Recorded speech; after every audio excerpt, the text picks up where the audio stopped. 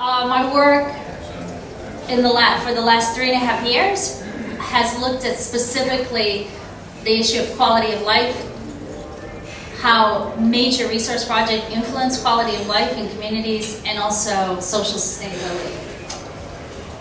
I looked at all of this in the context of major resource projects, specifically called mega projects. So these are projects over $1 billion, and now they're up to $5 to $10 billion. They're now called giga projects, and this is something that's happening all around the world. It's the scale, the economies of scale is expanding the size of these huge capital investment projects.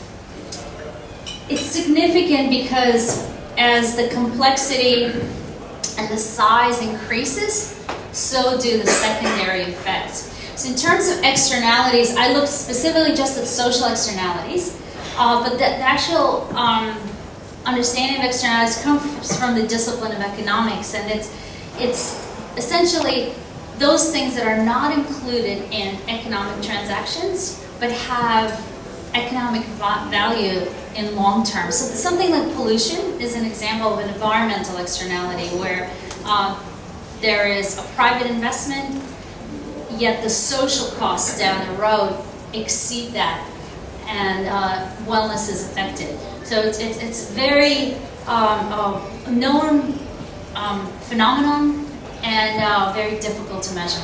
So I looked specifically at social externalities in the context of mega project development. Understand how has rapid economic development associated with huge giant projects such as coal seam gas projects, how have they influenced quality of life in regional communities? And regional communities, of course, have different dynamics to urban centers, such as here.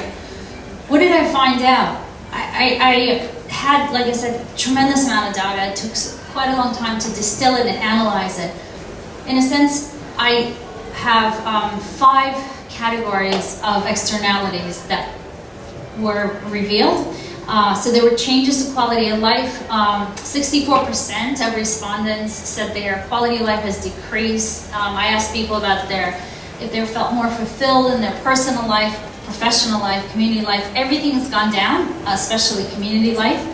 There were impacts on the standard of living. The cost of living has skyrocketed. That is now something called a two-tier or two-wage economy. So there's a very small percentage of folks in the actual resource center who live out west. The majority are itinerant workers or fly-in, fly-out workers.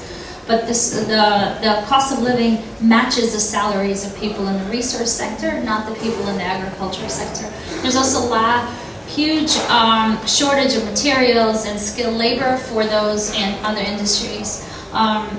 And of course, lack of available and affordable housing, and that was from the start, and that's known for most large projects, especially mining operations. There were impacts on social capital. In some communities, erosion of social capital. The sense of community has dropped across the board, although at every one of these communities, and I visited 12, when people said, we have a very high sense of community.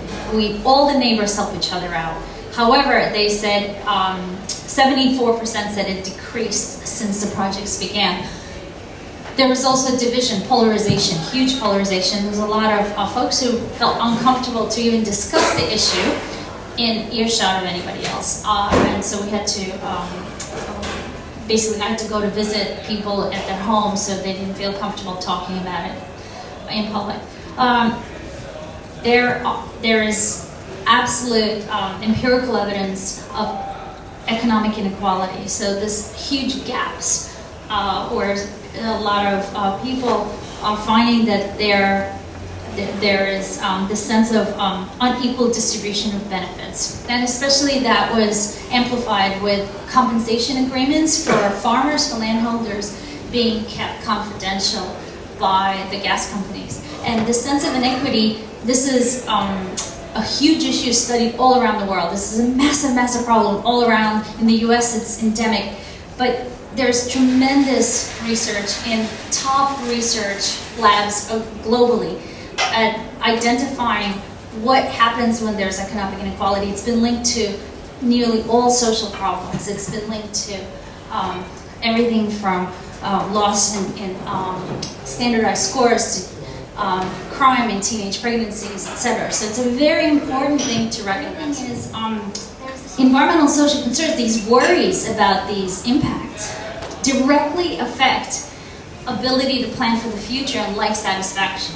And they lead to a weaker local economy because they actually prevent, they cause what's called non-participation. So a lot less people benefit financially, and they're not taking, actually participating in the opportunity. So some of these are quite major takeaways. CSIRO is doing a global similar study, and they had very similar findings.